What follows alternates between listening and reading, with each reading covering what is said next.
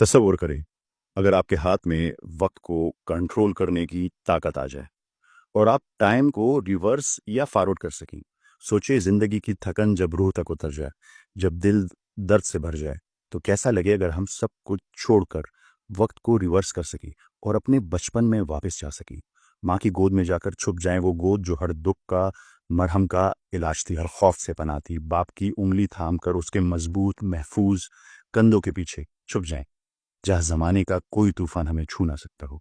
بچپن کی بے فکری اور خوشیوں میں کہیں گم ہو جائیں، جیسے کہ غنی خان بابا کہتے ہیں، بے پرواہ لکلولے وے پگلونو گرزے دلے اور چٹول عمر معشوم وے پو بلا نہ اوڑے دلے دو دنیا دو اوگسترگو بے خبر اگر سے دلے اور چٹول عمر معشوم وے پو بلا نہ اوڑے دلے۔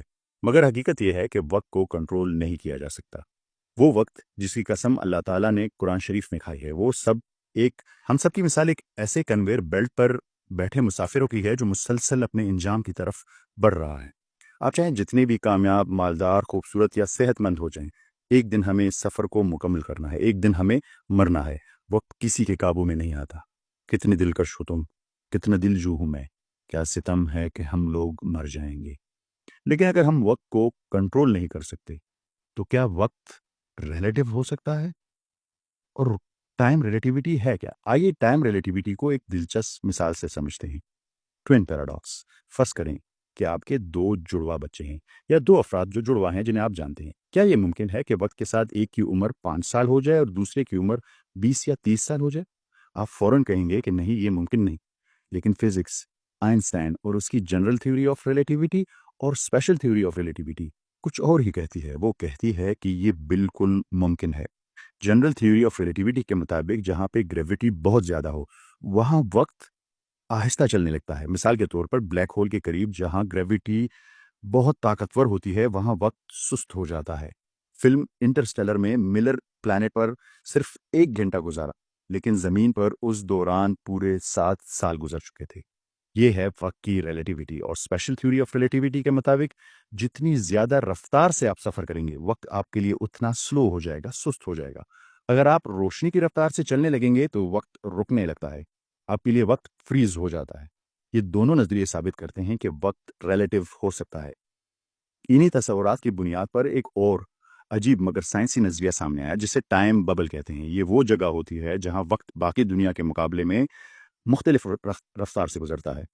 یہ ایک ایسا تصور ہے جس کے مطابق زمین پر بھی کچھ مخصوص مقامات ہو سکتے ہیں جہاں ٹائم ریلیٹیو ہو جاتا ہے۔ زمین پر نہ تو بلیک ہول کی گریویٹی ہے اور نہ کوئی چیز اسپیڈ آف لائٹ سے چل سکتی ہے، لیکن پھر بھی کچھ زونز ہو سکتے ہیں جہاں وقت کی روانی بدل جاتی ہے اور سلو ہو جاتی ہے۔ ان جگہوں کو ٹائم ببل کہا جاتا ہے، جو کہ ایگزاٹک میٹر سے گھری ہوتی ہیں۔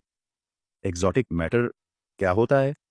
ایک ایسا نظریاتی مادہ جس کی توانائی یا ماس منفی ہوتا ہے۔ یہ کوئی عام چیز نہیں بلکہ ایسا مفروضاتی مادہ ہے جس کا وجود ابھی تک صرف سائنسی نظریات اور میتھمیٹیکل ماڈلز میں موجود ہے۔ ٹائم ببلز کو بنانے اور مستحکم سٹیبل رکھنے کے لیے اس ایگزاٹک میٹر کی ضرورت ہوتی ہے، کیونکہ یہ وقت کو موڑنے یا سست کرنے کی صلاحیت رکھتا ہے۔ تصور کریں کہ آپ ایک کیف میں ہیں، ایک غار میں ہیں جو ایگزاٹک میٹر سے گھرا ہوا ہے۔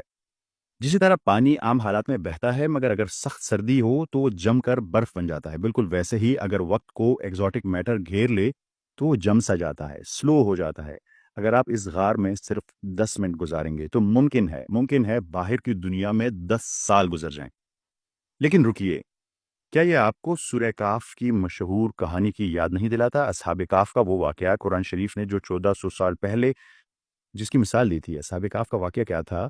وہ ایک ایسی غار میں داخل ہوئے جہاں انہیں لگا کہ کچھ وقت گزرا، مگر جب باہر نکلے تو 309 سال گزر چکے تھے۔ یہ محض قصہ نہیں بلکہ قرآن شریف کی نالج کی ایک جھلک ہے۔ اسی طرح حضرت عزیر علیہ السلام کا ذکر سورہ بقرہ میں ہے۔ اللہ تعالیٰ نے انہیں 100 سال کے لیے سلا دیا تھا۔ جب وہ جاگے تو انہیں لگا کہ دن کا کچھ حصہ ہی گزرا ہے، مگر حقیقت میں 100 سال بیت چکے تھے۔ کیا یہ کشش شکل تھی یا سپیڈ آف لائٹ سے ٹریول کیے تھے، یا وہ کہیں ٹائم ببل جیسے عجیب ماحول میں پہنچ گئے تھے؟ آج سائنس بھی تسلیم کرتی ہے کہ یہ تمام چیزیں پاسبل ہیں، پر قرآن شریف کو اتنے پیشگی علم کا کیسے پتہ تھا؟ ٹائم ریلیٹیوٹی کی بات قرآن شریف نے مختلف موقعوں پر اتنی پرفیکٹلی کیسے بیان کی؟ آپ کو کیا لگتا ہے کہ کسی دن سائنس اس مقام پر پہنچ پائے گا کہ وہ ٹائم کو ریلیٹو کر پائے گا اور ہم لوگ ٹائم ریلیٹیوٹی خود ایکسپیرینس کر پائیں گے؟ یہ تھی ہماری سیریز غور و فکر کی 20ویں قسط۔ اگلی قسط میں جب ہم ملیں گے تو اسپیڈ آف لائٹ پر بات کریں گے اور یہ جانیں گے کہ اسپیڈ آف لائٹ اور قرآن شریف کا آپس میں کیا تعلق ہے اور ورم ہولز کیا ہیں جسے آئنسٹائن روزن برجز کہتا ہے۔ آپ سب کی توجہ کا بہت بہت شکریہ، ملتے ہیں اگلی قسط میں، تب تک کے لیے اللہ حافظ۔